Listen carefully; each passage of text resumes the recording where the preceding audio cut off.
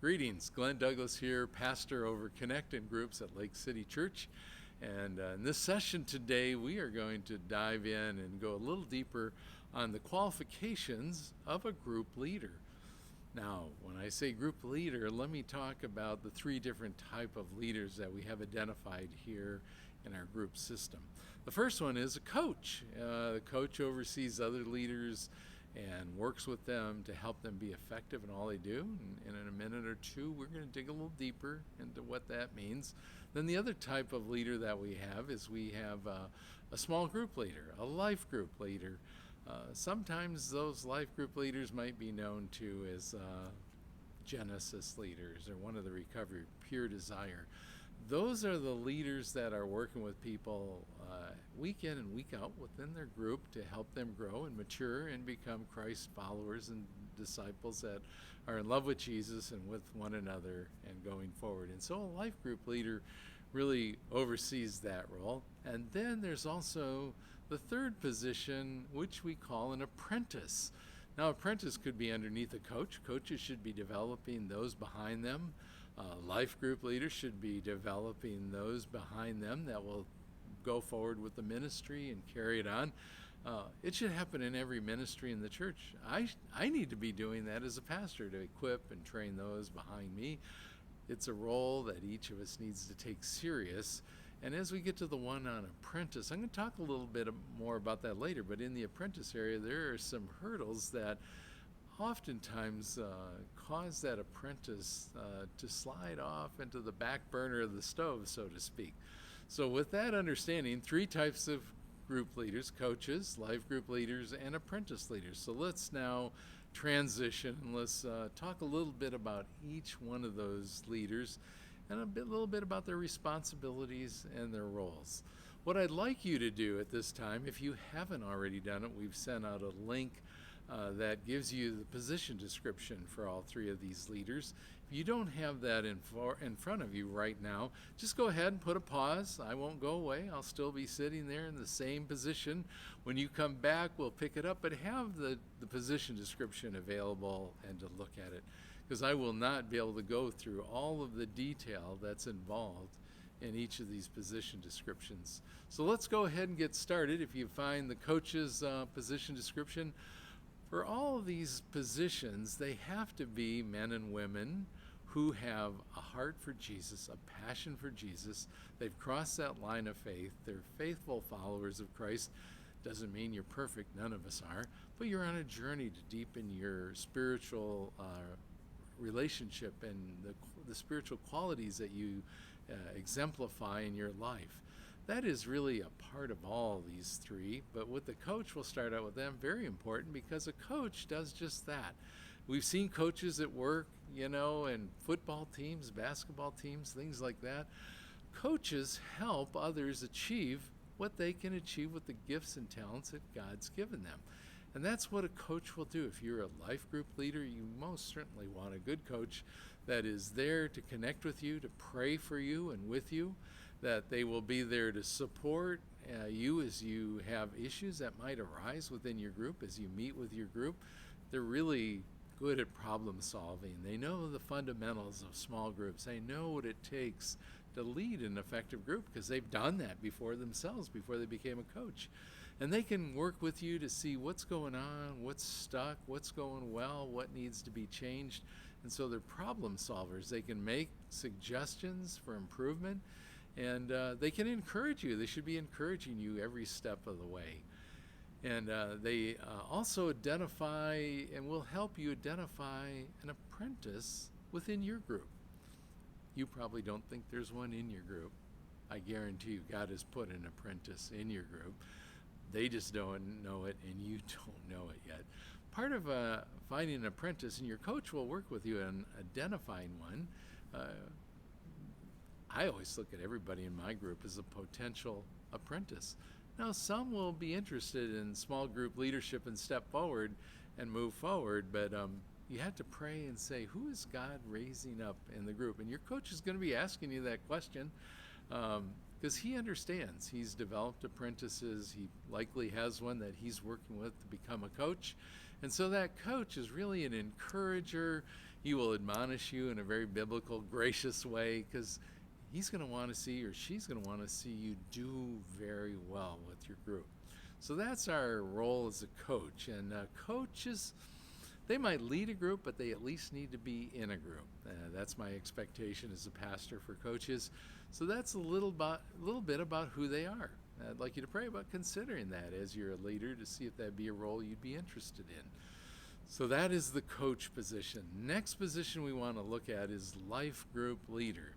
That's where most of our leaders reside, in all different kinds of life groups. I mean, there are so many varieties, it'd take us a half hour to identify all of them. So again, pull out that life group leader's position description, ministry position, whatever you want to call that thing, and let's talk a little bit about what it means to lead a group. Now, as a life group leader, you have to have the same qualifications as a coach. You have to know Jesus. You have to cross that line of faith. You have to be on a solid spiritual journey. You have to be willing to be teachable and to learn new things as you go forward. You need to love Jesus, and I forgot to say this for the coaches, you need to love God's people. To lead his people, we're under shepherds to the great shepherd. So you have to love Jesus and you have to love his people. And as a coach, what you're going to be, as a life group leader, what you're going to be doing is bringing God's word into your group so you can study the word. You're going to be caring for those in your group through praying for them, maybe through physical care. Maybe they need meals delivered. Maybe they need their lawn mowed if it's an elderly couple. There's a lot of ways a group demonstrates care. And as a life group leader, that is one of your responsibilities, to make sure that that group cares for one another and takes care of one another. Last but not least, we also are on a mission. We need to share the truth of Jesus to our community around us, and we need to do acts of service. And acts of service really give us opportunities to be Jesus in skin out there to other people. You know, we're going to care for one another, but it doesn't end there. We're going to look for opportunities to serve outside the group, a variety of ways to do that. And as you go through this training and as you learn what it really means to lead, you're going to deepen your understanding of how to serve and how to care and how to study God's word in the context of a small group. So as a leader of a small group, you're together really wrestling with these three areas.